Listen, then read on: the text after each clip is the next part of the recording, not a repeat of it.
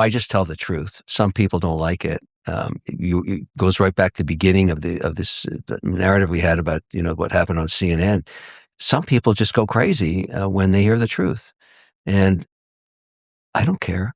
Listen, the thing is, and I've said this to a lot of my students: if you try to live your life pleasing everybody, you're going to fail. You cannot make everybody happy. If you decide to take on a leadership role in business, you are definitely not going to make everybody happy. If you want to get and be part of the narrative on policy, you are definitely not going to make everybody happy.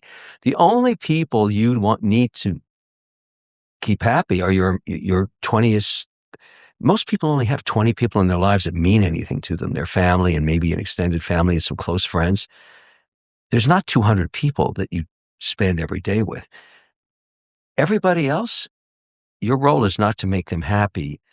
It's to tell them the truth and make sure you don't do anything that you lose their respect. I mean, I think people dislike me. Many do, but I believe that most of them respect me, even though they don't like me. That's because I haven't done anything I never lie about anything. Sometimes that causes a lot of problems. And have you ever taken your honesty too far? Like, has there ever been a point where you were too brutally honest or too blunt about something that the outcome was just objectively bad?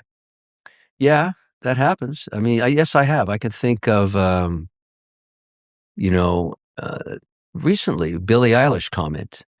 I didn't mean it to be, I think she's a great artist, that I listen to her music all the time, but I didn't like what she was doing in terms of being political at an award show. I've never thought that's... What did she say?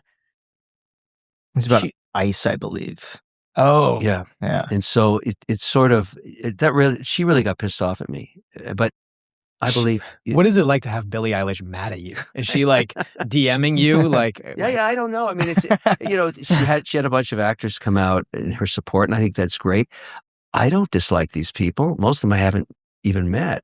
So it to me is, when you talk about indigenous rights, something I know a lot about because they're my partners in data centers. What people don't understand about First Nation all over North America, very simple to understand this, there is no border for them. They have the First Nations rights. They drift over the Canadian-American border anytime they want. They don't recognize the border, and we allow them to do that. They own the water rights to many, many places in America and Canada. It's their water. And so they're going to be your partners. And they are my partners. And I don't like to hear anything said about them that isn't true. And so I stand up for my business partners, and I claim why I do it. And, it's sort of important because they need to hear that signal from me that I am truly looking out for their interests, because it's in my best interest that they do okay. And so when we build a data center, because they have what we need water. We can't do it without them. So it gets into that. That's how complicated my life is. I'm always thinking about, all right, what's factual here? Now, if that pisses somebody off, okay.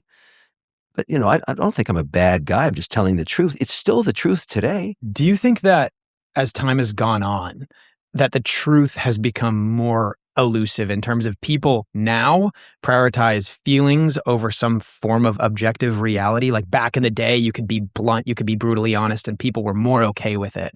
But as time has gone on, it's not as acceptable now? I think the answer to that is yes, that's true, but not for me. I don't care.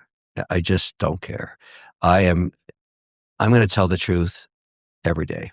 And and the reason you need to do that is if you only tell the truth every day, you're never going to have to remember what you said.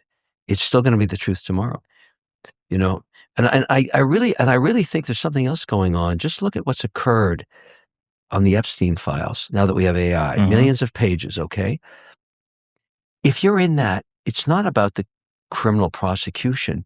It's destroyed hundreds of people's careers just to have their name in it. In some cases, maybe it's fair. Some cases it may not be. I don't know the details, but every day you see fall from grace from somebody canceled because,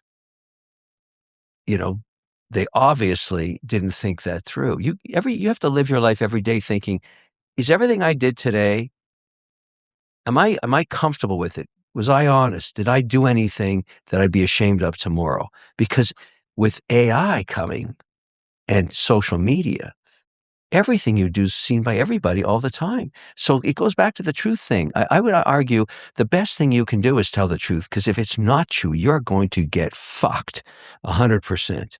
And they will cancel you in 2 seconds.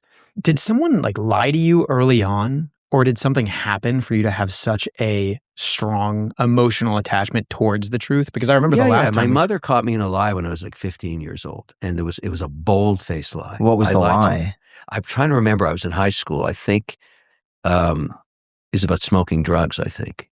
I rolled a big fat joint and smoked it, and she came home early and she could smell it. And, at that time I was smoking drugs. I don't do drugs anymore, but, I was experimenting with a lot of stuff back then.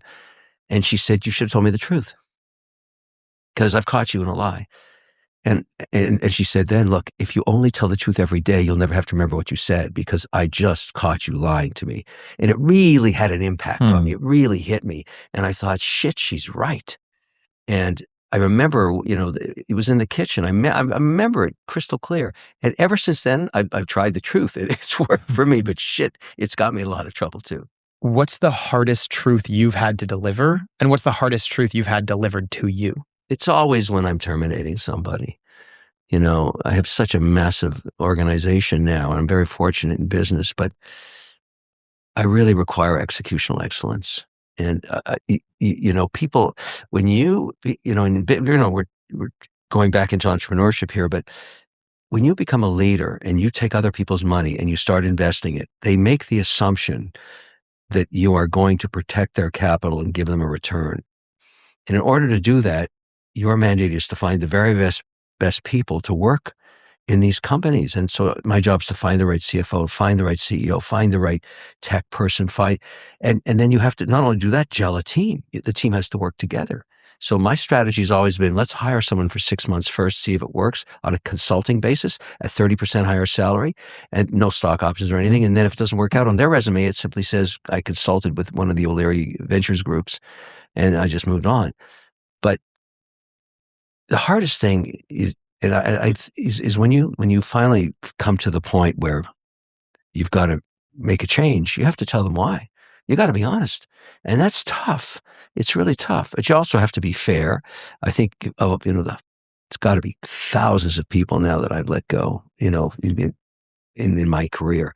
But every one of them got a great exit package. I've never heard anybody badmouth me afterwards saying he wasn't fair to me, man or woman. What's the harshest truth that someone's ever delivered to you? Yeah, I would say my stepfather said to me, I was very much interested in becoming a photographer, because I was working as a cameraman at that time before I was going to college.